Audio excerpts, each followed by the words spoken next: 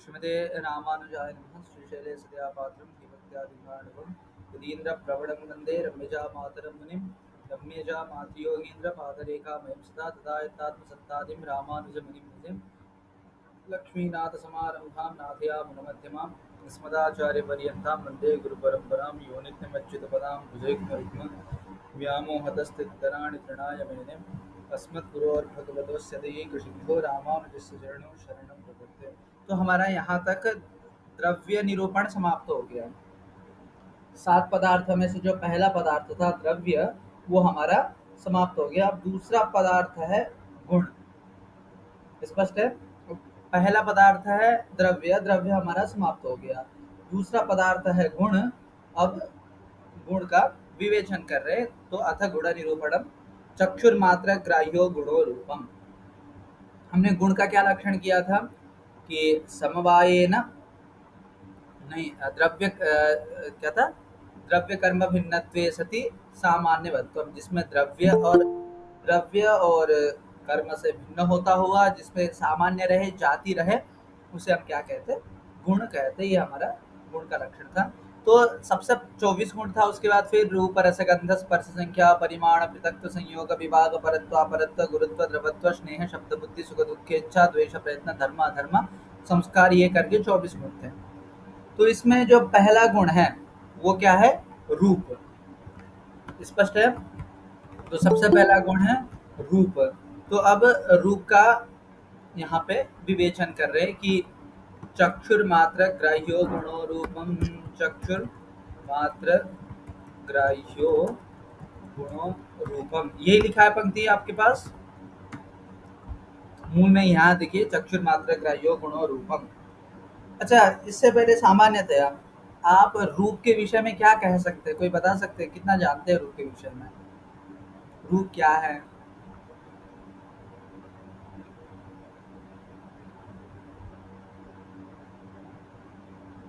सामान्यतः रूप किसे कहते हैं?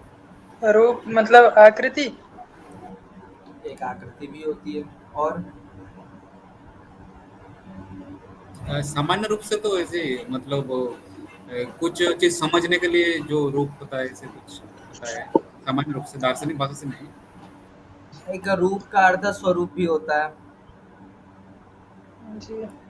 बोलते हैं मैंने इसका ऐसा रूप नहीं देखा था कभी, तो वहाँ स्वरूप अर्थ है। रूप का अर्थ हम वर्ण के लिए भी प्रयोग करते हैं, शुक्ल रूप, नील रूप, पीत रूप, काला, नीला, सफेद इत्यादि।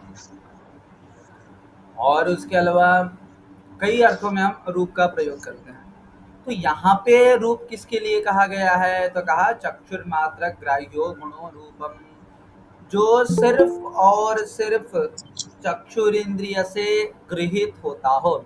मैं बार बार कह रहा हूँ, ग्रह धातु का अर्थ होता है ज्ञान, तो गृहित होना मतलब ज्ञान होना।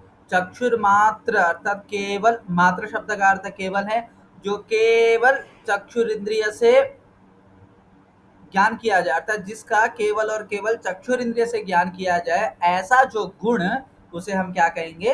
रूप कहेंगे। ये हो गया इसका शब्दार्थ। स्पष्ट है आपको? चक्षुर मात्र ग्राह्य, अर्थात जो केवल चक्षुर इंद्रिय से ही गृहित होता हो। गृहित मतलब ज्ञात।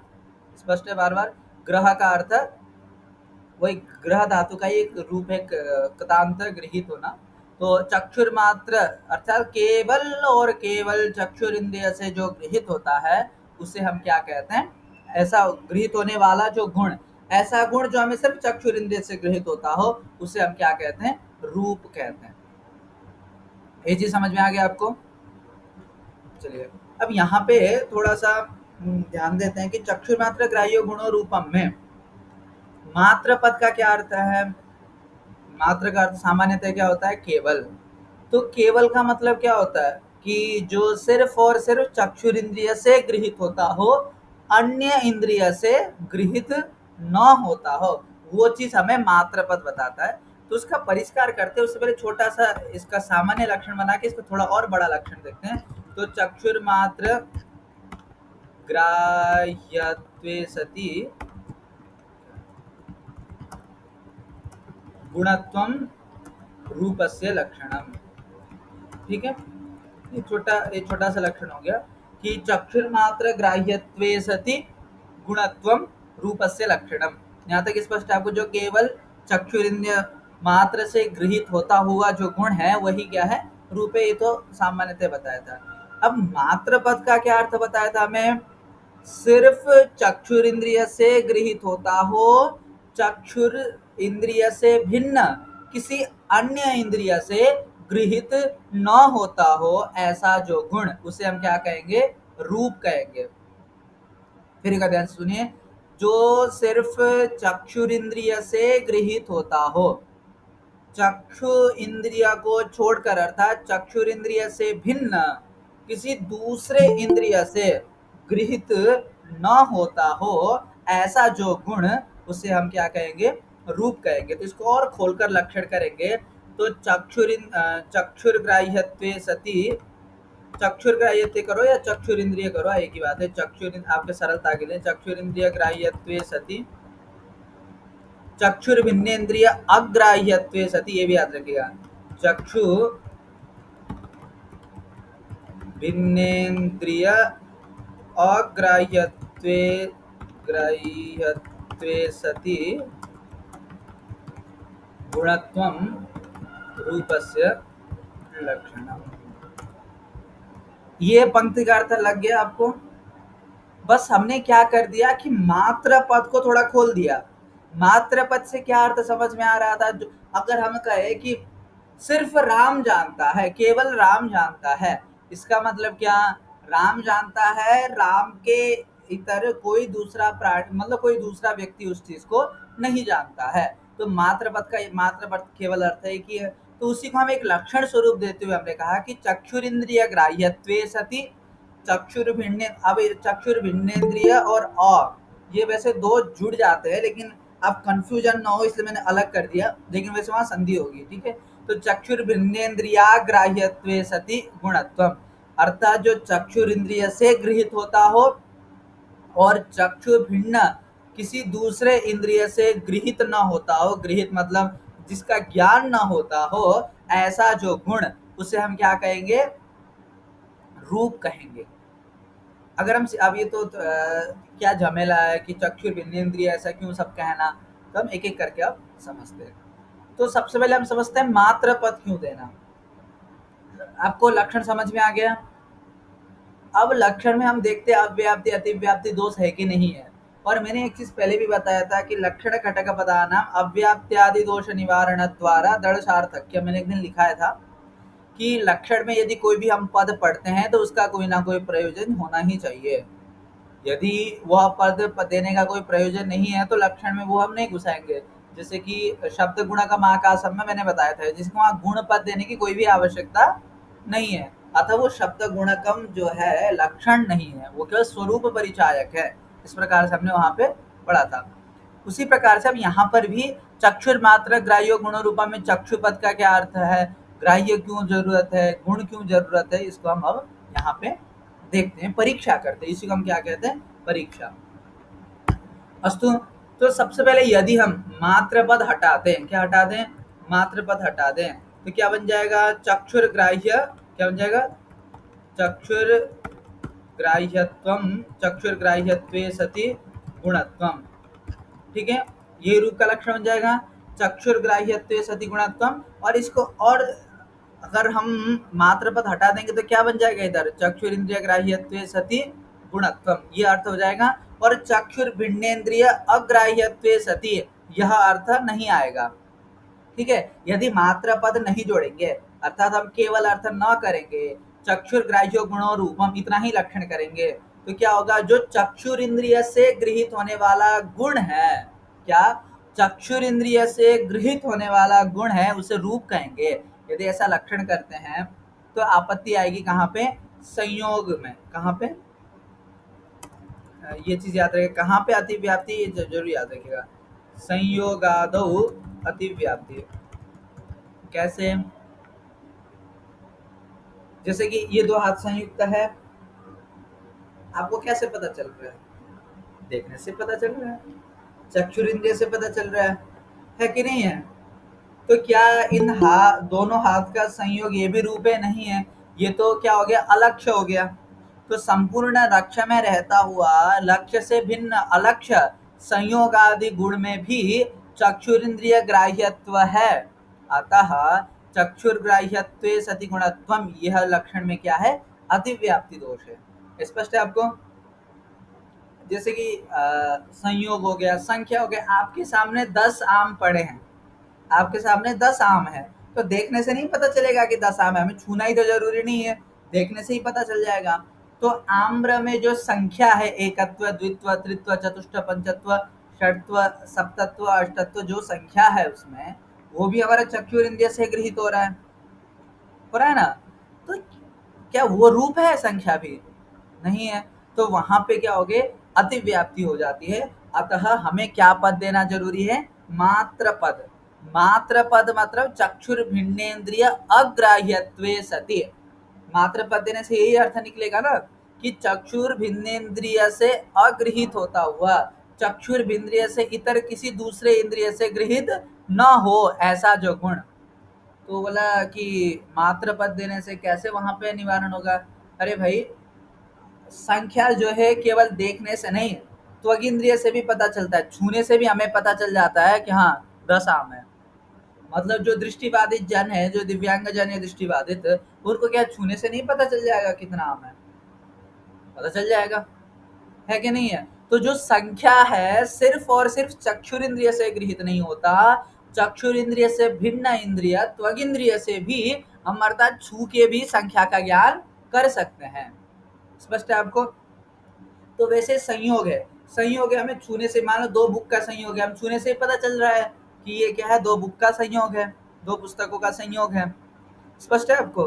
तो संख्या, संयोग इत्यादि जो गुण है, वहां पे अतिव्याप्ति जा रही थी, इसे हमने क्या पद दिया, मात्र पद दिया। मात्र पद मतलब थोड़ा परिष्कृत लक्षण जो उसके अनुसार चक्षुर भिन्नेन्द्रिय अग्राह्यत्वे सति, ऐसा हमको वहां पे कहना जरूरी पड़ा। समझ में आया आपको? कोई प्रश्न है यहाँ तक? अस्तु। आप प्रश्न करते क्या, तो केवल इतना ही लक्षण करो कि चक्षुर ग्राह्यत्वे ग्राह्यत्वम रूपस्य लक्षणम। क्या क्या लक्षण करो? चक्षुर्ग्राह्यत्वम, चक्षुर्ग्राह्यत्वम, बस इतना ही लक्षण करो। क्या? चक्षुर मात्र ग्राह्यत्वम, ये भी कर दो, यहाँ पर भी फिर वही दोष आ जाएगा ना। हम यदि हम केवल लक्षण करेंगे चक्षुर मात्र ग्राह्यत्वम, तो कहाँ दोष आएगा? अब कि जो केवल चक्षुर इंद्रिय से गृहित होता हो।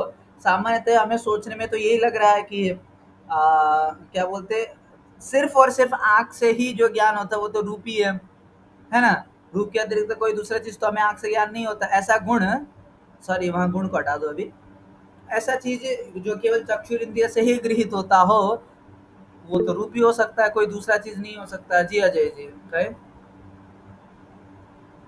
गुरुजी, संख्या भी तो चक्षु मात्र ग्राह्य है। जी जी,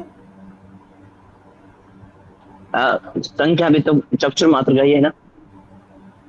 नहीं है, चक्षु मात्र ग्राह्य संख्या। तभी तो वहां पे मात्र पद देने से वहां पे अतिव्याप्ति नहीं हुई, अतिव्याप्ति का निवारण हुआ। संख्यादि में अतिव्याप्ति दोष का निवारण के लिए ही इस लक्षण में मात्र पद दिया, जो केवल चक्षुर इंद्रिय से गृहित होता हो। संख्या केवल संख्या चक्षुर इंद्रिय से गृहित होता है, लेकिन केवल चक्षुर इंद्रिय से गृहित नहीं होता, तो इंद्रिय से भी होता है, हमें छूने से भी पता चलता है।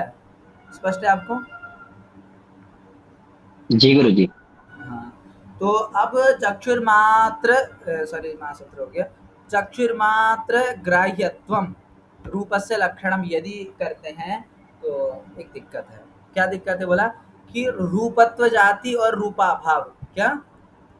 रूपत्व जाति और रूपाभाव इति अतिव्याप्ति, इन दोनों में क्या हो जाएगी? अतिव्याप्ति हो जाएगी। रूपत्व जाति और रूपाभाव में अतिव्याप्ति। अब ये रूपत्व जाति क्या है, रूपाभाव क्या है? जैसे कि हमने कहा था कि पुस्तक में पुस्तकत्व जाति होती है? तो रूप में भी रूपत्व जाति रहेगी, रहेगी नहीं रहेगी? लेकिन पता कैसे चलेगा? एक दूसरा, एक मैं आपको प्रश्न करूं कि ये बोतल सफेद नहीं है, हमने क्या कहा, ये बोतल सफेद नहीं है, आपको पता कैसे चला? देखने से पता चला। इसका मतलब इसमें शुक्ल रूप का अभाव है। किससे पता चला? चक्षुरिंद्रिय से पता चला। ध्यान से सुनिए, ये बोतल सफेद नहीं है, कैसे पता चला? देखने से पता चला। तो वहां पे शुक्ल रूप का जो अभाव है वो किससे पता चला हमें? केवल और केवल चक्षु, केवल छूने से नहीं पता चलेगा कि मुझे सफेद है कि नहीं है। ये सफेद नहीं है, ये पता भी हमें चक्षुरिंद्रिय से ही गृहीत होता है। तो यदि केवल और हम कहें अर्थात रूप का जो अभाव है वो तो रूप नहीं है। रूपत्व जाति और रूप का अभाव ये दोनों के दोनों रूप नहीं है। इसका मतलब इसमें लेकिन चक्षुर मात्र ग्राह्यत्व है। रूप का अभाव हमें छूने से नहीं पता चलेगा, रूप का अभाव सिर्फ हमें देखने से ही पता चलेगा। तो इसलिए चक्षुर मात्र ग्राह्यत्वम इतना ही रूप का लक्षण करेंगे तो रूपत्व जाति और रूपाभाव में क्या होगी? अतिव्याप्ति दोष रहेगी। तो एक प्रसिद्ध नियम है, यो गुणो येनेन्द्रियेण गृह्यते तद्गता जाति तदभावश्च तेनैवेन्द्रियेण ग्राह्यः। अर्थात हम जिस गुण का ग्रहण जिस इंद्रिय के द्वारा करते हैं, यदि हम त्वग इंद्रिय के द्वारा स्पर्श का ग्रहण कर रहे हैं, यदि चक्षुर इंद्रिय के द्वारा रूप का ग्रहण कर रहे हैं, तो रूप में रहने वाली जो रूपत्व जाती है, क्या रूप में रहने वाली जो जो रूपत्व जाती है उसका भी ग्रहण चक्षुर इंद्रिय से ही होगा। स्पष्ट है? समझ में आ गया आपको? तो ये नियम लिख लीजिए, ये न्याय दर्शन का बहुत प्रसिद्ध नियम है। यो गुणो येनेन्द्रियेण गृह्यते तद गता जातिः तदभावश्च तेनैव इंद्रियेण ग्राह्यः। ये यो गुणो येनेन्द्रियेण गृह्यते, जो गुण जिस इंद्रिय के द्वारा गृहीत होता है, गृहीत होता है मतलब जिस इंद्रिय के द्वारा उसका ज्ञान होता है, तदगता जाति ही, उसमें रहने वाली जाति और उस रूप उस गुण का अभाव भी उसी इंद्रिय के द्वारा ही होगा। अर्थात हमें जीभ से पता चल रहा है कि मीठा है, तो मीठा नहीं है ये भी जीभ से ही पता चलेगा। यदि हमें पता चलता है कि ये लाल रूप है, लाल कलर है, लाल वर्ण है, तो हमें लाल वर्ण नहीं है ये भी केवल और केवल आंख से ही पता चलेगा। ये हमें यदि ठंडा गर्म का महसूस त्वगिंद्रिय से हो रहा है, तो ये ठंडा गर्म नहीं है ये भी हमें त्वगिंद्रिय से ही मालूम पड़ेगा। तो इतना स्पष्ट हो गया आपको? तो यो गुणो येनेन्द्रिय, आप ये याद करिए, यो गुणो येनेन्द्रियेण गृह्यते, जो गुण जिस इंद्रिय के द्वारा गृहित होता है, तद्गता जाति, उस गुण में रहने वाली जाति, अर्थात रूप गुण है तो रूपत्व जाति। रूप यदि रूप गुण चक्षुरिंद्रिय से गृहित होता है तो उसमें रहने वाली रूपत्व जाति भी चक्षुरिंद्रिय से ही गृहित होगी। ठीक है ना? उसी प्रकार से उसका अभाव भी उस इंद्रिय से गृहित होता है। इस नियम के अनुसार चक्षुर्मात्र ग्राह्यत्वम इतना ही रूप का लक्षण करते हैं तो रूपत्व जाति और रूपाभाव में अतिव्याप्ति हो जाएगी। तो कुल मिलाकर जो लक्षण स्वरूप है वो यही है कि चक्षुर्मात्र ग्राह्यत्वे सति गुणत्वम। ठीक है, कुल मिलाकर ये हुआ कि चक्षुर मात्र ग्राह्यत्वे सति गुणत्वम रूपस्य लक्षणम। और मात्र पद को थोड़ा और विस्तृत कर दिए तो क्या अर्थ बना? चक्षुर इंद्रिय ग्राह्यत्वे सति चक्षुर्भिन्नेन्द्रिय अग्राह्यत्वे सति गुणत्वम रूपस्य लक्षणम। स्पष्ट है आपको? लक्षण समझ में आ गया? हमें लक्षण में बड़ा ध्यान देना है। स्पष्ट है? आगे बढ़ते हैं। अब पंक्ति देखिए, इसमें कुछ बोलने वाला है नहीं। तच्च शुक्ल नील पीत रक्त हरित कपिश चित्र भेदात सप्तविधम। जो रूप है वो 7 प्रकार के हैं। शुक्ल मतलब सफेद, नील मतलब काला, पीत मतलब पीला, रक्त मतलब लाल, हरित मतलब हरा, कपिश मतलब भूरा और चित्र मतलब मिक्स कलर। स्पष्ट है? तो ये 7 प्रकार के कलर हैं, रूप है। रूप के कितने भेद हैं? 7 भेद हैं। शुक्ल, नील, पीत, रक्त, हरित, कपिश, चित्र। न्याय दर्शन में रूप के 7 भेद माने, अन्य अन्य दर्शन में अलग अलग है, न्याय दर्शन में 7 माने गए हैं। और पृथ्वी, जल, तेजो, वृत्ति। आप में से कोई पूछ रहे थे कि किस द्रव्य में कितना गुण रहता है, कैसे मालूम पड़ेगा? लेकिन उन्होंने थोड़ा और अलग तरीके से लिखा कि कौन सा गुण किस किस द्रव्य में रहता है, वो यहाँ पे बताया गया है। तो कहा पृथ्वी, जल, तेजो, वृत्ति। जो रूप है पृथ्वी, जल, तेज, 3 द्रव्यों में रहता है। पृथ्वी में, जल में, तेज में 3 प्रकार का, मतलब ये रूप जो हैं तीनों में रहते हैं। तत्र, ये जो 3 प्रकार के हमने बताया, पृथिव्याम सप्तविधम। पृथ्वी तत्व में, पृथ्वी मतलब ये जो भूगोल उसको नहीं कह रहे हैं, पृथ्वी तत्व में जो गंधवती पृथ्वी करके हमने जिसका लक्षण किया था, उस पृथ्वी तत्व में 7 प्रकार के रूप रहते हैं। अभास्वर शुक्लम जले। और जल में जो रूप है वो क्या है? अभास्वर है। अभास्वर मतलब चमचमायमान नहीं है, उतना प्रकाशित नहीं है। जल का जो रूप है उसमें कौन सा? अभास्वर शुक्ल। जल में कौन सा रूप रहता है? शुक्ल रूप रहता है। यदि हम कहें कि पानी का कोई कलर ही नहीं होता, यदि हम कहें कि पानी का कोई, ऐसा पढ़ाया ही जाता है हमें कि पानी का कलर नहीं होता है, वो जिस उसका जो आधार है उसी का कलर उस पे आ जाता है। ये बात एकदम सत्य है कि उसका जो आधार है वही उसमें आ जाता है। लेकिन यदि पानी का कोई कलर ना होता तो पानी दिखता कैसा? क्योंकि हमने पहले ही कहा था कि हमें वही चीज दिखता है जिसमें रूप हो, जिसमें रूप हो हमें वही चीज दिखता है। अतः जल में भी रूप है, यदि हमें दिख रहा है तो जल में रूप है, लेकिन उसमें कोई प्रकाशित रूप नहीं है, जिसको कह रहे हैं अभास्वर शुक्ल है। तो जल में जो रूप है वो क्या है? अभास्वर शुक्ल है। और तेज में, तेज तत्व में जो रूप है वो क्या है? भास्वर शुक्ल है। तो यह स्पष्ट है। पृथ्वी में 7 प्रकार के रूप रहते हैं। जल में भास्वर, अभास्वर शुक्ल मतलब अप्रकाशित शुक्ल रहता है, और तेज में क्या रहता है? भास्वर शुक्ल। इस प्रकार से हमारा रूप निरूपण समाप्त हो गया। स्पष्ट है? आगे बढ़े जी गणेश जी।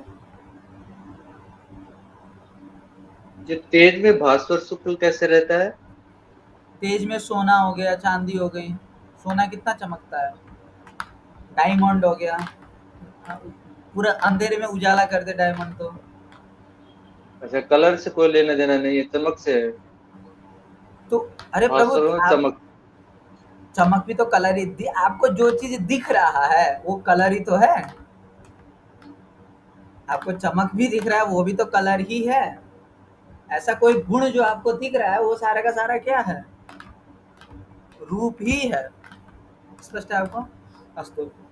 अब है बस यही संशय था आपका। इन्होंने ना तेज का, हम मूल पढ़ रहे हैं ना, इसलिए हम उतना अंदर घुस नहीं रहे हैं किसी भी चीज में। फिर अगर हम मूल अगर यहीं पे सारा चीज बता दे तो फिर दीपिका और न्याय बोधनी क्या ही रह गया फिर, ठीक है। और प्रारंभिक स्तर में इतना भी नहीं सही रहता। फिर इसमें बड़ी चर्चा है कि तेज में अभास्वर शुक्ल को नहीं, फिर सुवर्ण को तेज, सोना को तेज माने न माने, कैसे माने, क्योंकि सोना तो पीला होता है। आपने कहा कि हाँ शुक्ल रूप है ना। तो ये कई सारे हैं ऊपर प्रश्न कि अब जब सोना को तेज तत्व माना है तो तुमने फिर उसमें क्यों, अब अभी कहा तुमने कि पृथ्वी में 7 रूप रहते हैं, अब सोना तो पीला होता है, अब जबकि तेज में तो शुक्ल रूप है ही नहीं। तो इत्यादि कई प्रश्न है ऊपर। जी अजीत जी। गुरुजी, किसी ने प्रश्न किया था कि जो गंधवती पृथ्वी है, तो गंध तो और भी जगह है, तो यहाँ अतिव्याप्ति दोष लगेगा, तो इसको कैसे मतलब समझाएंगे? तभी तो वहां पे समवाय न पद्या, और जगह पे जो गंध है समवाय संबंध से नहीं है, पृथ्वी में ही समवाय संबंध। ये मैंने उस दिन स्पष्ट किया था। यदि पृथ्वी में भी, जल में भी गंध आ रहा है तो पृथ्वी का संसर्ग है, संसर्ग मतलब संयुक्त है वहां पे, तो वो समवाय संबंध से नहीं हुआ, स्व संयुक्त समवेत समवाय संबंध से हुआ, तो संबंध भेद है वहां पे। जी ठीक। आपको ये मैंने कौन सा संबंध बोला उस पर आप जोर मत दीजिए, वो न्याय बोधिनी का विषय है। बस आप इतना याद रखिए कि वो समवाय संबंध नहीं है। समवाय संबंध ये नहीं समझ में आया। अब प्रभु इसके लिए तो आप उसका क्लास ही देख लीजिए जब मैंने समवाय का पढ़ाया था, जी ठीक। वो विषयांतर हो जाएगा फिर यहाँ पे ना। अस्तु, तो अब हम चलते हैं रस में। तो अच्छा, रस का मतलब क्या है, कोई बता सकते हैं? ये तो बड़ा फेमस है, रसः। रस के विषय में बारे में बताया, आप कितना जानते हैं?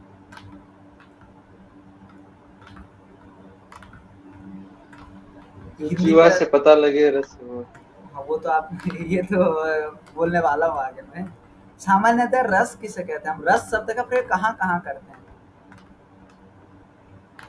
रस मतलब जो किसी कार्य को करने में बहुत आनंद आ रहा हो तो वहाँ कहते हैं लोग, यहाँ बहुत रस मिलता है। हाँ, वहाँ पर भी रस कहते हैं। वो रस इसलिए कहते हैं कि वो रस 9 प्रकार के होते हैं। साहित्य में जो रस बताए हैं 8 प्रकार के, 9 प्रकार के, 10 प्रकार के, अलग अलग मत के आचार्य में श्रृंगार वीर करुणा मतलब ऐसे करके जो 8-9 प्रकार के रस हैं वो हैं अलग रस है। एक रस मतलब वो बहुत आनंद जहाँ पे आ रहा हो वहां पर हम रस शब्द का प्रयोग कर देते हैं। जी दूसरा रस का अर्थ होता है तभी तो रस, रासन कभी सुना है आपने? रासन जी रस से संबंधित होने के कारण हम रासन कहते हैं उसे, है ना। तो रस का मतलब है, वैसे टेस्ट अर्थ में भी हम रस का प्रयोग करते हैं, तो कई अर्थ में प्रयोग करते हैं। यहाँ क्या है उसको समझना जरूरी है। तो कहा रसना ग्राह्यो गुणो रसः, इसमें मात्र पद नहीं है क्योंकि टेस्ट का जो ज्ञान है इसमें कोई दूसरे इंद्रिय से होता नहीं है, तो इसमें इतना लफड़ा नहीं है जितना रूप में है। तो रसना ग्राह्यो गुणो रसः तो रसना ग्राह्यत्वे सति गुणत्वं रसस्य,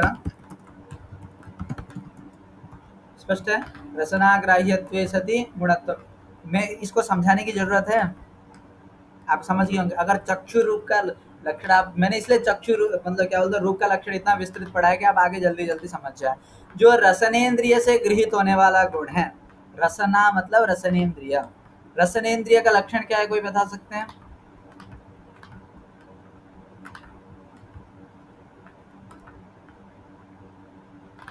ये मैंने जल के लक्षण में पढ़ा है, मतलब मैंने क्या ग्रंथ में ही आया।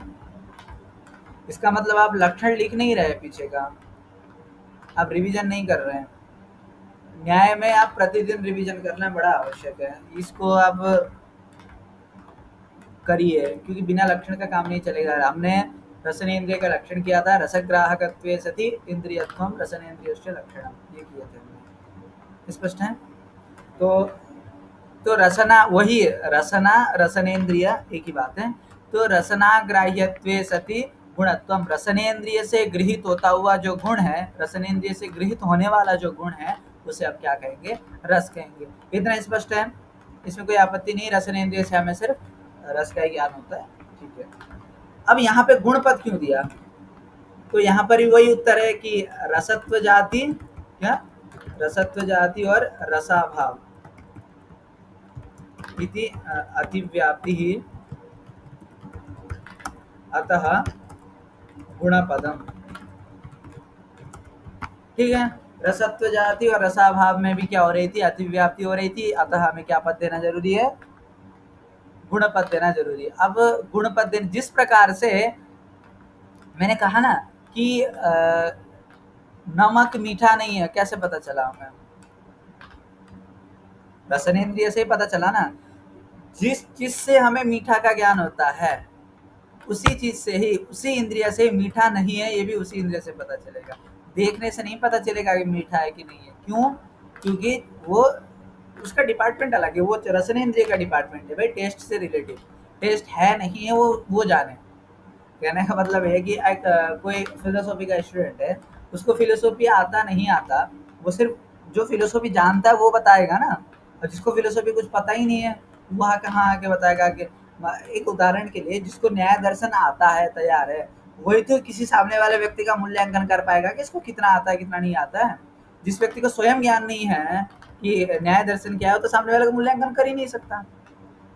अब समझ लो, उसके लिए योग्यता भी चाहिए। उसी प्रकार से अब जो काम रस से संबंधित जो भी काम है, यदि रसनेन्द्रिय का है तो रस का अभाव है कि नहीं है, अधिक मात्रा में कि कम मात्रा में है, कि नमक अधिक है कि कम है, कि कहाँ से पता चलेगा हमें? रसनेन्द्रिय से पता चलेगा। स्पष्ट है आपको? तो इसलिए हमें यहाँ पर गुण पद देना जरूरी है कि केवल रसनाग्राह्यत्व तो रस का अभाव भी है और रसत्व जाति भी है, तो वहां पे अतिव्याप्ति दोष न जाए, इसलिए हमें गुण पद देना आवश्यक है। स्पष्ट है? और ये जो रस है वो भी क्या है, 6 प्रकार के, रूप 7 प्रकार के, मधुर, आम्ल, लवण, कटु, कषाय, तिक्त।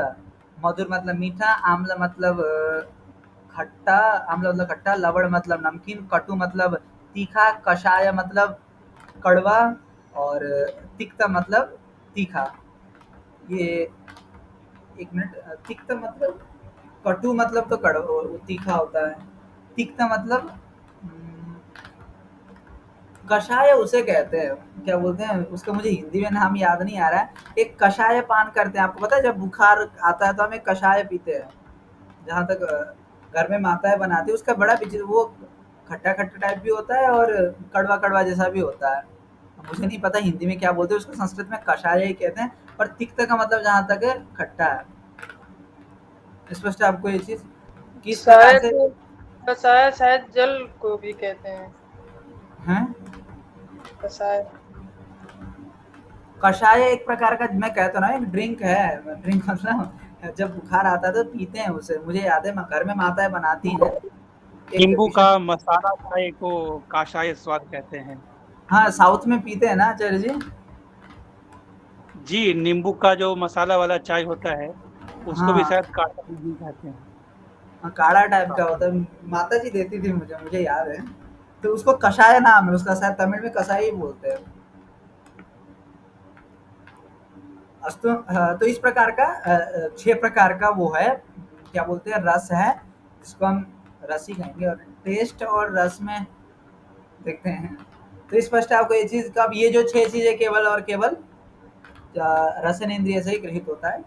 और तत्र पृथ्वी जल वृत्ति, याद रखिएगा, जो रूप था पृथ्वी जल तेज में था, अब उसका जो दूसरा गुण है पृथ्वी और जल में ही है, अर्थात तेज में कोई भी रस नहीं होता है। तत्र पृथिव्याम षड्विधः, अब पृथ्वी में 6 प्रकार का होता है, और जले मधुर है, जल में कौन सा रस होता है, मधुर। स्पष्ट है? यहाँ भी वही आपत्ति है कि यदि पता ही नहीं चलेगा उसका जल पिए कि नहीं पिए, ठीक है, इसलिए जल में मधुर जी। जल में मधुरी कैसे है, मिठाई कैसे है? हाँ, इसका उत्तर पता है क्या? बड़ा लंबा छोड़ा विषय आ जाएगा, जल मधुर कैसा है। कोई जानते हैं क्या जिन्होंने पढ़ा हो? ये मुक्तावली में प्रश्न उठाया है कि जल मधुर कैसे है, क्योंकि जल का जो मधुर है अभी वो ढका हुआ है, व्यंजित नहीं होता है। आपको वो पता है, एक हरा हरा सा होता है, छोटा छोटा सा, खट्टा खट्टा होता है, क्या बोलते हैं उसे, और से आंवला, आंवला पता है आपको? जंबीर फल बोलते हैं संस्कृत में, आंवला। जी, जब जब आंवला खाते हैं आप, उसके बाद जब पानी पियेंगे तब पानी का टेस्ट कैसा आएगा? मीठा। तब मीठा आता है ना, तो उस समय आंवला के वजह से पानी का जो मधुरत्व गुण है वो प्रकट हो जाता है उस वक्त। तो यही प्रमाण है उसके लिए कि जल मधुर है। अब क्यों एक ऐसा, ये विचार या ना करे, क्योंकि मुक्तावली का विषय है, वहां पर बड़ा अच्छे से चिंतन किया है इस विषय को। ये स्वाभाविक है, हमें अब ये मैंने ये भी सुना है कि चावल में भी कौन सा टेस्ट होता है, जहाँ जो टेस्टलेस हम जिसे कहते हैं उसमें मधुरी स्वीकार करते हैं। जैसे चावल है, अब बिना नमक डाला हुआ चावल में क्या, कौन सा स्वाद माने उसको? अब टेस्टलेस तो नहीं हो सकता, कुछ ना कुछ तो मानना ही पड़ेगा, तो उसको भी मधुर मानते हैं, एक सामान्यतः उसको भी मधुर मानते हैं। मतलब कषाय युक्त एक जिह्वा को जल ही मधुर लगता है, ऐसा मैंने कहीं पढ़ा है। जल भी मधुर लगता है। हाँ, तो ये जल मधुर हमेशा जल मधुर है, लेकिन उसका मधुरत्व व्यक्त कब हो रहा है? कोई जब उसी व्यक्ति में हाँ, तो जब वो मैंने बताया ना जंबीर फल खाते तब वो व्यक्त होता है। तो तत्र ये तर्क संग्रह का आम्लकं विषय। भवति वा जम्बीरफलं भवति? हाँ, आम्लकं भवति वा जम्बीरफलं भवति? आम्र जंबीर पर्यायो, आम्र, आम्ल, आम्ल तो टेस्ट का नाम है, अब पता नहीं ये, इसके लिए तो हमें जम्बीर तो नींबू न व्यवहार उच्यते। देखना पड़ेगा। आजकल कई संस्थान ऐसे हैं जो संस्कृत शब्दों को पता नहीं कैसे कैसे प्रयोग कर लेते हैं, वैसा साहित्यिक प्रयोग न दिखता हुआ भी जबरदस्ती एक बुलवा देते लोगों से। अब उसको हम प्रमाण माने ना माने वो बड़ा दुविधा वाली बात है। अब जिसको कुछ नहीं आता वो थोड़ा बहुत पढ़ के कर लेते हैं तो उनके लिए आपत्ति बात नहीं, क्योंकि उनको टेंशन ही नहीं, सही गलत का कोई मतलब ही नहीं उन्हें। अब जिनको व्याकरण का नॉलेज है, जिनको साहित्य का नॉलेज है, जिनको प्रयोग देख के प्रयोग करना आता है, ये नहीं कि सामने वाले ने जो सिखाया वही बोल दिया, जो हम प्रयोग को देखते हुए जो प्रयोग करें उनके लिए बड़ी दुविधा आ जाती है इस चीज को लेके कि क्या है, कई नए नए नए शब्द निकल रहे हैं। मैंने एक पढ़ा था, बारी पात्रम और जल पात्रम को अलग अलग दिखा रहे थे, ऐसे कुछ था, छोटा मक्को ये, बड़ा मक्को ये। अब क्या ही मतलब भाई दो नाम अलग करने का, बारी पात्र, बारी मतलब भी पानी होता है, जल मतलब भी पानी होता है, तो इसमें भी आपत्ति है। अब वो भगवान जाने सारी चीजें। आम्र, अब आम्ल कहते नहीं कहते इतना मुझे नहीं पता, लेकिन मुक्तावली में जो नाम दिया है वो जम्बीर फल दिया है। अस्तु? तो इस प्रकार से हमारा जल निरूपण समाप्त हो जाता है। उसके बाद हम चलते हैं जल निरूपण, रस निरूपण समाप्त हो जाता है। उसके बाद हम आते हैं गंध निरूपण में। तो घ्राण ग्राह्यो गुणो गंधः, जो घ्राणेन्द्रिय से गृहित होता है उसे हम क्या कहते हैं? गंध कहते हैं। गंध है तो घ्राण, आप में से बताइए घ्राणेन्द्रिय का क्या लक्षण है?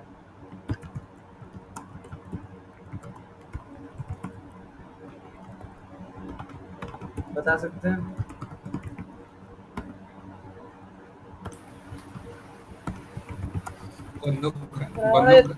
घ्राण ग्राह्ये सति गुणत्वम।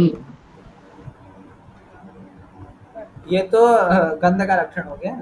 मैं रूप का क्या बोलते हैं, घ्राणेन्द्रिय का लक्षण पूछा था। गंधो ग्राहकत्ति स्वति इंद्रियोत्तम घ्राणेन्द्रिय से लक्षण।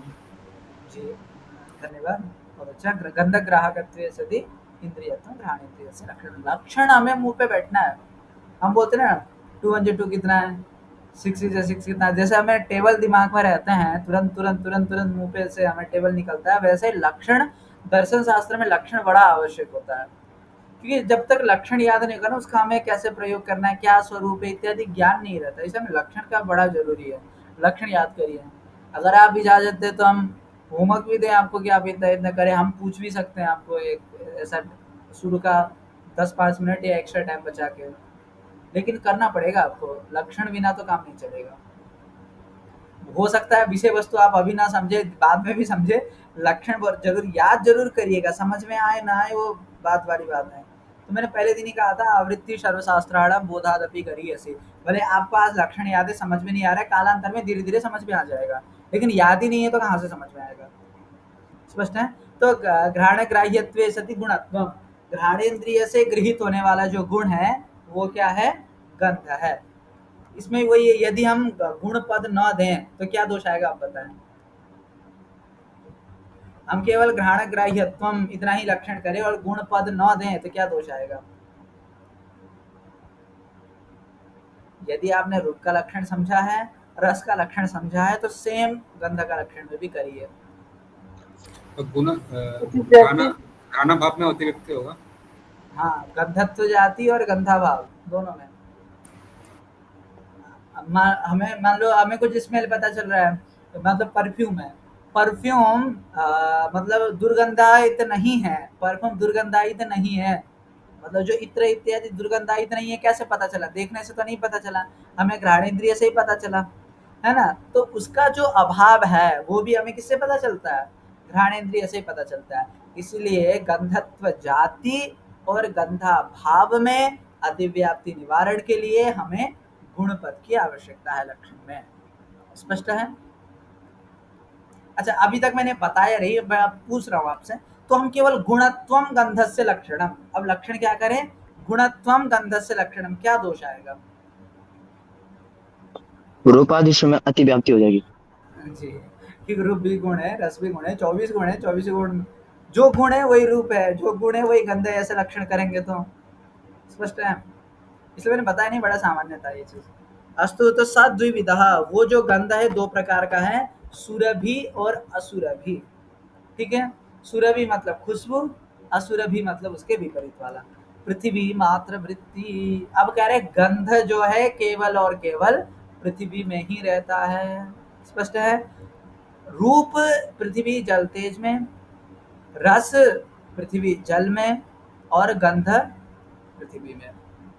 अब जो यहाँ पे अभी एग्जाम के दृष्टि से भी तैयारी कर रहे हैं वो इस चीज को ध्यान दे, वो ऐसे घुमा फिरा के आता है। अब क्रम बनाइए, जो रूप है पृथ्वी जल तेज, अब सेकंड नंबर में 2 तक जाएगा कि रूप और क्या बोलते हैं पृथ्वी और जल।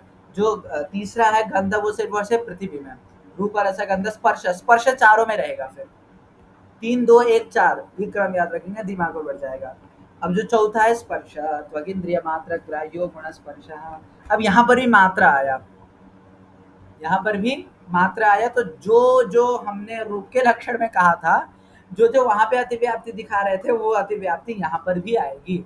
क्यों? क्योंकि यहाँ पे मात्र पद है। चलो इसको अब अच्छी तरह से समझते हैं। यहाँ तक स्पष्ट है, रूप समझ में आया, रूप रस गंध आपको तीनों स्पष्ट है?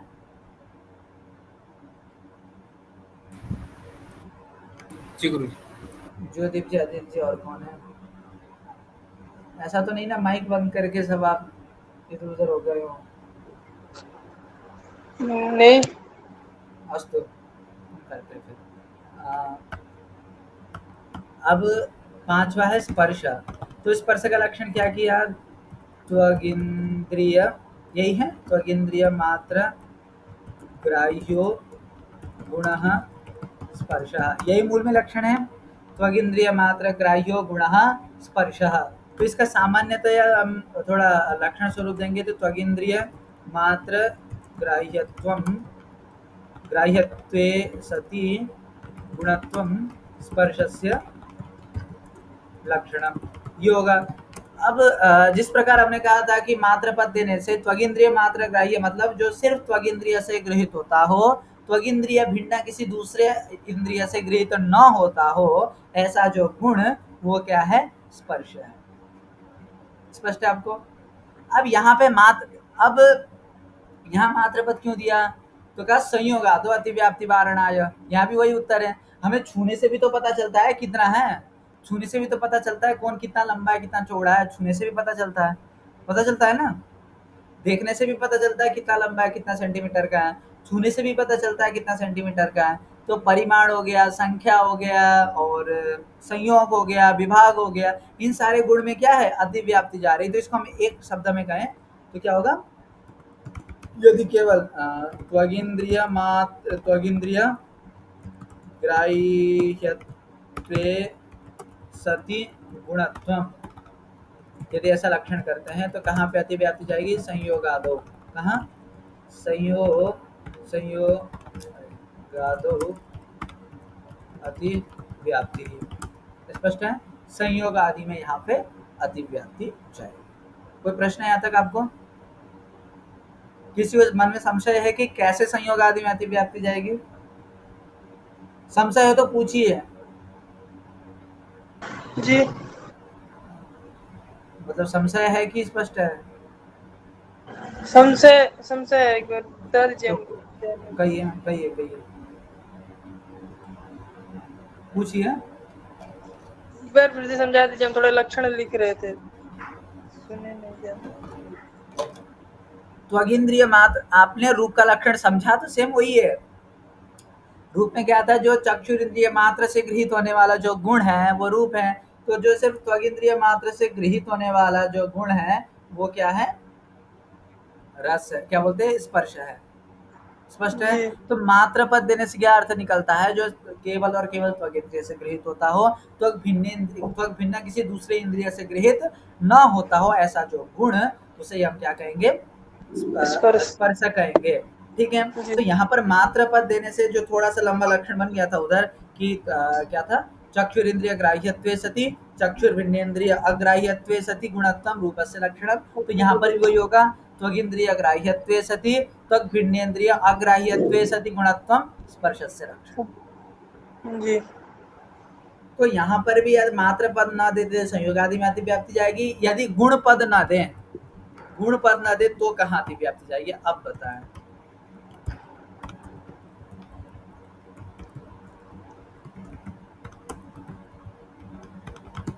इतना ही लक्षण करे तो कहाँ दोष जाएगी?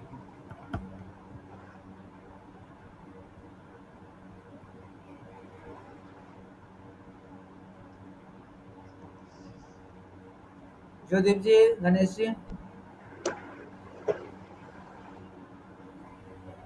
जी, अजय जी बताएं, अब मैं जिनको देख पा रहा हूँ। शीतल जी, गायत्री जी, संख्यादि में प्रतिघात। दूसरे दूसरे गुण में यदि केवल त्वगिंद्रिय मात्र ग्राह्यत्वम इतना ही लक्षण करें, ये वाला जो मैंने बोल्ड किया है देखिए, यदि केवल इतना ही लक्षण करें तो कहाँ पे अतिव्याप्ति अथवा अव्याप्ति जो भी है जाएगी? तो संख्यादि में अतिव्याप्ति हो जाएगी गुरुजी। दूसरे गुणों में नहीं जो तो संख्यादि गुण नहीं है।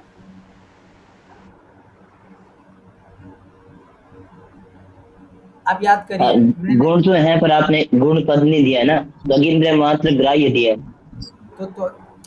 तो गुण पद देने से वहां पे अतिव्याप्ति कैसे निवारण होगा? वो भी तो गुण है।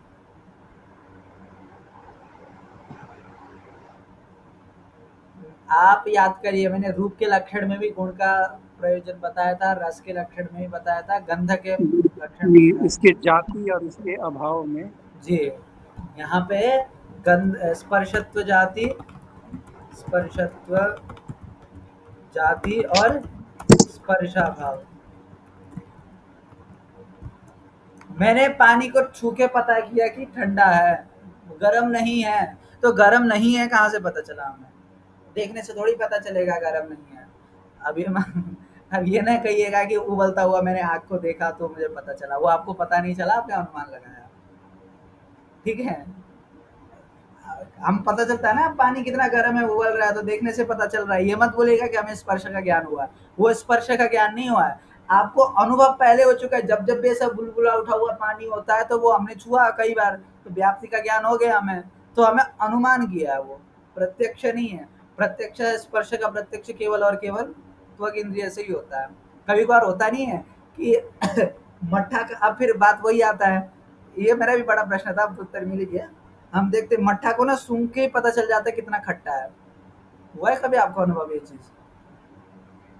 मट्ठा मतलब 1-2 दिन का है, सूंघ के पता चल जाता है कितना।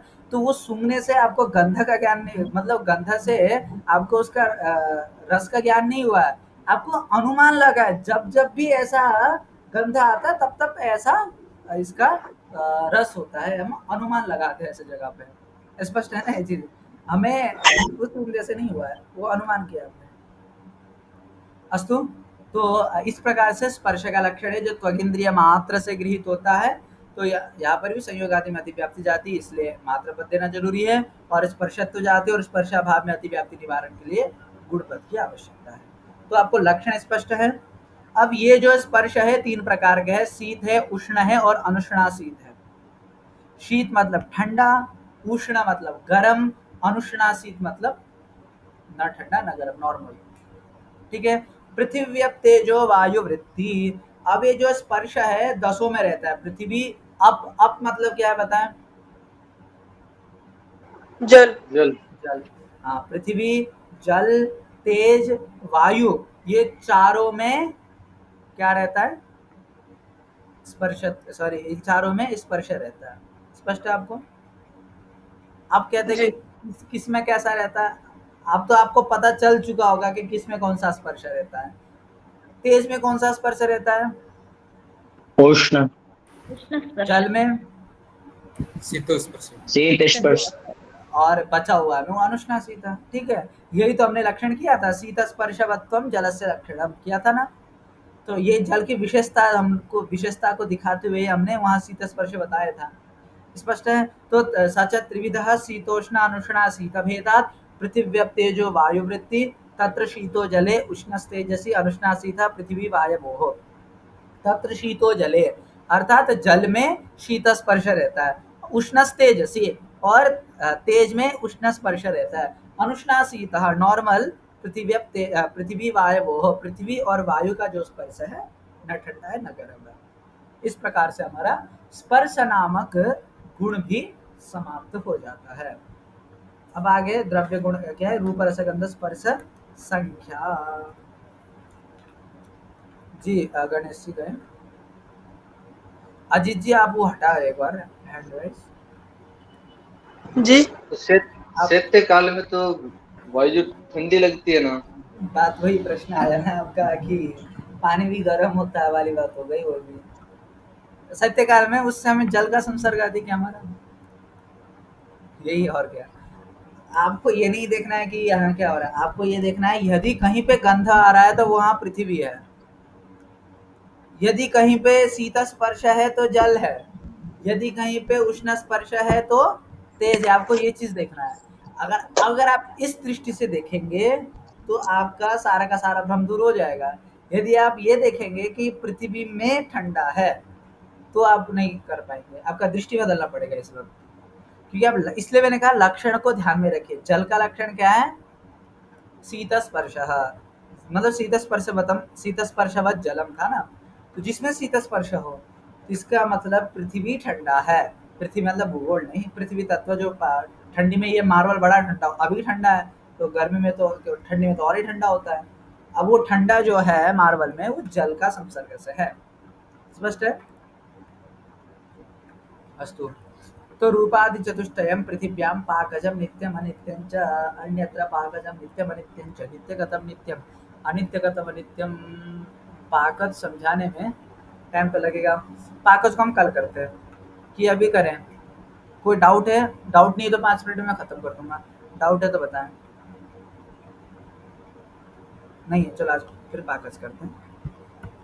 पाकज में 2 शब्द हैं। पाकज में 2 शब्द है। पाकज में एक तो हो गया पाक, दूसरा हो गया ज। पंकज का अर्थ बता सकते हैं?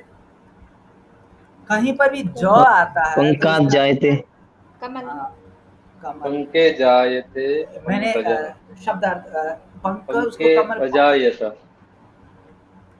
ठीक है आप जो भी करिए, वहां पे हमें ज से जो दिखाना है उत्पन्न होने वाला है ऐसा दिखाना है, ठीक है ना। तो पंक मतलब होता है कीचड़, ज मतलब होता है उत्पन्न होने वाला।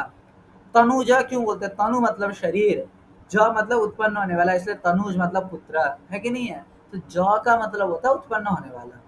स्पष्ट है? ज का मतलब हुआ उत्पन्न होने वाला। तो पाक से जो उत्पन्न हुआ उसे हम क्या कहते हैं? पाकज कहते हैं। क्या कहते हैं? पाकज। पाक से जो उत्पन्न हुआ, क्या पाक से पाक से उत्पन्न को पाकज। आप मेरे हिंदी पे मत जाइएगा, अब विषय को समझिए। बस कहते हैं, हाँ ऐसे लिखते ना, ठीक है ना। पाक से उत्पन्न को पाकज कहते हैं। अब पाक क्या है ये नहीं समझ में आ रहा है, तो पाक का मतलब होता है विलक्षण तेजः संयोगः। क्या? पाक का मतलब होता है विलक्षण तेजः संयोग, एक विशेष प्रकार के तेज के संयोग को क्या कहते हैं? पाक। उसी को हम कहते हैं पाक। समझ में आ गया? तेज के संयोग को हम क्या कहते हैं? पाक कहते हैं। आप पहले ये याद रखिए। तो पाकज मतलब क्या हुआ कि तेज के संयोग से जो उत्पन्न होता है उसे हम क्या कहते हैं? पाकज कहते हैं। पाक का मतलब हुआ कि तेज का संयोग, और पाकज मतलब हुआ कि तेज के संयोग से उत्पन्न होने वाला। समझ में आ गया आपको यहाँ तक? अब आप पंक्ति पढ़िए। रूपादि चतुष्टयम पृथिव्याम पाकजम अनित्यं च। ये रूपादि जो 4 गुण हैं, क्या रूपादि 4 गुण कौन कौन से? रूपम, रसः, गंधः, स्पर्शः। ये जो 4 गुण हैं पृथिव्याम पाकजम, पृथ्वी में क्या है? ये सारे के सारे पाकज हैं। अर्थात पृथ्वी में जो रूप है, पृथ्वी में जो रस है, पृथ्वी में जो गंध है, पृथ्वी में जो स्पर्श है, वो सारे के सारे किसी ना किसी तेज के संयोग से ही उत्पन्न होते हैं। इसको हम स्पष्ट करेंगे। और अनित्य च, अगर उत्पन्न होते हैं इसका मतलब क्या हुआ? अनित्य हुआ। ये चीज हमने पहले स्पष्ट कर दिया था, जो उत्पन्न होता है वो हमेशा अनित्य ही होता है। तो रूप आदि चतुष्टयम पृथिव्याम पाक, जब इसने ये नहीं कहा कि नित्य पृथ्वी या अनित्य पृथ्वी, ये याद रखिएगा। इसने कहीं भी नहीं कहा। परमाणु में भी जो रूप आदि है तो सही, दिखते नहीं अलग बात है। अब जो चीज दिख ही नहीं रहा है निषेध तो हम नहीं कर सकते हैं। पृथ्वी परमाणु में भी जो रूप रस गंध स्पर्श है वो भी क्या है? अनित्य है। वो भी क्या है? अनित्य है। क्योंकि पृथ्वी का ही बस पृथ्वी में रहने वाला रूप, पृथ्वी में रहने वाला रस, पृथ्वी में रहने वाला गंध, पृथ्वी में रहने वाला स्पर्श, चारों के चारों क्या है? अनित्य है। कैसे? ये पाकज होता क्या है? इस बड़ा एक सब घट जाए ऐसा उदाहरण, जैसे कि अभी अभी आम का सीजन गया, मैं कल मार्केट में गया, मुझे कच्चा आम मिल रहा था। तो आजकल का जमाना तो ऐसा है कि 12 महीना 12 कुछ भी चीज मिल जाता है, बस इतना कि दाम घटता है बढ़ता है। तो एक आम है, अभी पक रहा है, अभी पका नहीं है, फूल लग गया आम पे, थोड़ा सा बड़ा हो गया। अब आम का आकार बदल गया, थोड़ा सा बड़ा हो गया, कच्चा है अभी वो आम, ठीक है। अब उसमें रूप कैसा है? हरा है, ठीक है। अब उसका रस क्या है? खट्टा है। उसका गंध, मतलब कच्चा आम पके आम का भी गंध अलग अलग होता है ना। अब मैं उसको बोल नहीं सकता, बात वही हो गई कि गुलाब जामुन भी मीठा है और क्या बोलते हैं, गुड़ भी मीठा है, चीनी भी मीठा है, लेकिन गुलाब जामुन में कौन सा मीठा है बता तो नहीं सकते हैं। हम बस समझ सकते हैं गुलाब जामुन वाला मीठा। उसी प्रकार से दोनों का गंध अलग अलग होता है, उसमें गंध अलग है। और स्पर्श भी अलग होता है कि जब आम क्या बोलते हैं पक जाता है तो उसमें मृदुल होता है, और जो कच्चा होता है तो हार्ड होता है ना। तो स्पर्श भी अलग है।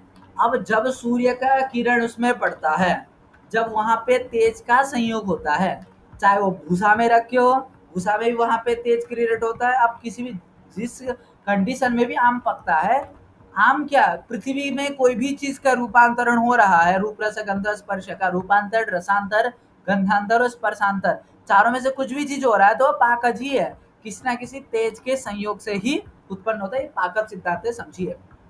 आपको स्पष्ट है ये चीज?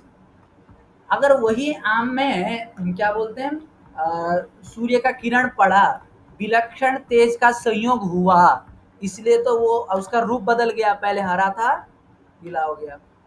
उसका रस बदल गया, पहले खट्टा, अब पहले खट्टा था उसके बाद मीठा हो गया। उसका गंध बदल गया, नाम तो नहीं होता, बस समझ सकते हैं। फिर उसके बाद आया स्पर्श, पहले हार्ड था, कठिन था, वो क्या हो गया? मृदु हो गया। स्पष्ट है? तो उसमें अलग अलग चीज, यहाँ जितने भी परिवर्तन हो रहे, क्यों हो रहे हैं वो सारे के सारे? किससे हो रहे हैं? तेज के संयोग से ही हो रहा है, वो भी विलक्षण तेज। विलक्षण तेज इसलिए कहना पड़ा कि यदि एक ही, कहने का मतलब है जिस तेज से रूप का परिवर्तन होता है, उस तेज से रस का परिवर्तन नहीं होता। अर्थात रूप, रस, गंध, स्पर्श चारों के तेज को, मतलब चारों को परिवर्तन करने वाले अलग अलग तेज। ऐसा क्यों कहा? तो कई बार ऐसा देखा गया कि आम पक जाता है लेकिन हरा का हरा ही होता है, जैसे बम्बई आम बोलते हैं जिसको, दशहरा आम है ना।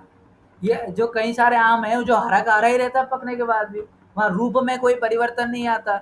और कई जगह ऐसा होता, कहने का मतलब ये कि हर जगह चारों चीज परिवर्तन तो हमें दिखते नहीं है, कभी क्या दिखता है कभी क्या दिखता है। तो इससे यह मालूम होता है कि सबका परिवर्तन करने के लिए अलग अलग तेज है, इसलिए हमें विलक्षण कहा। विलक्षण मतलब अलग अलग, विजातीय, विभिन्न प्रकार के तेज का संयुग को ही हम पाक कहते हैं। और इस पाक से जो उत्पन्न हो रहा है उसे हम पाकज कहते हैं। तो पृथ्वी तत्व में रूप, रस, गंध, स्पर्श जो चारों चीज हैं वो पाकज है, और पाकज होने से वो क्या है? अनित्य है। समझ में आ गया आपको ये चीज? पाकज सिद्धांत, पाकवाद। अब आया अन्यत्र अपाकजम, पृथ्वी को छोड़कर जल, तेज, वायु, तीनों में क्या है? अपाकज है, ठीक है। वो किसी तेज के संयोग से नहीं हुआ है, वो उन्हीं तत्वों में पहले से ही विद्यमान होता है। तो बोला नित्य है कि अनित्य? बोला ये तो नित्यम अनित्यंच। पृथ्वी में रहने वाला रूप, रस, गंध, स्पर्श, ये चारों के चारों तो क्या है? अनित्य ही है, क्योंकि वो पाक से उत्पन्न होते हैं।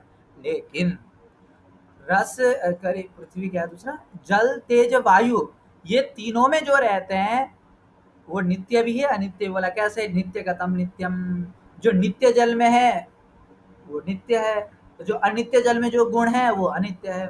नित्य तेज में जो गुण है वो नित्य है, अनित्य तेज में जो ये रूपाधिचार है वो अनित्य है। उसी प्रकार जो नित्य वायु में है, वो जो नित्य वायु में रहने वाले रूपाधिचार है वो नित्य है, और अनित्य वायु में रहने वाले जो रूपाधिचार है वो क्या है? अनित्य। अब मैं प्रश्न करूं, नित्य जल क्या है और अनित्य जल क्या है? बताएं, बता सकते कोई? तो नित्य जो परमाणु रूप में है वो नित्य है। जी, ज्ञानित हाँ से तो ब्रह्म। हाँ, तो कार्य रूप जो है अनित्य है। तो इसका मतलब ये है कि परमाणु में रहने वाले जो रूपादि हैं जल तेज वायु के, वो क्या है, नित्य हैं, और द्विणुक आदि में रहने वाले जो रूपादि हैं वो क्या है, अनित्य है। लेकिन पृथ्वी के तो परमाणु में भी क्या है, अनित्य ही है, क्योंकि जब वो चेंज होता है ना उसमें कलर, तो उस प्रकार से पूर्ण रूप से वहां पे इसके लिए पीलू बाग और पीठर बाग है, उसको काय बीच में लाए। यहाँ पर न्याय और वैशेषिक का मतभेद है थोड़ा सा, और समय अधिक होने के कारण मैं यहीं पे रखता हूँ आज की कक्षा। आशा करता हूँ आपको समझ में आया होगा आज की कक्षा। तो हमारा जो 4 मुख्य गुण अर्थात विशेष गुण जो है समाप्त हो गए हैं। यहाँ तक कोई संशय तो पूछिए। जी सर, गणेश जी। जैसे आपने आम के बारे में से बताया, वैसे केला भी हो सकता है, कोई पाकज है। हो सकता है, वो तो मैंने उदाहरण के लिए दिया। अगर मैं कहूँ कि आम केला का उदाहरण दो तो आप बोलेंगे आम भी हो सकता है। हाँ, तो उदाहरण का प्रयोजन ये है कि पत्ता भी हो अपना सकता है।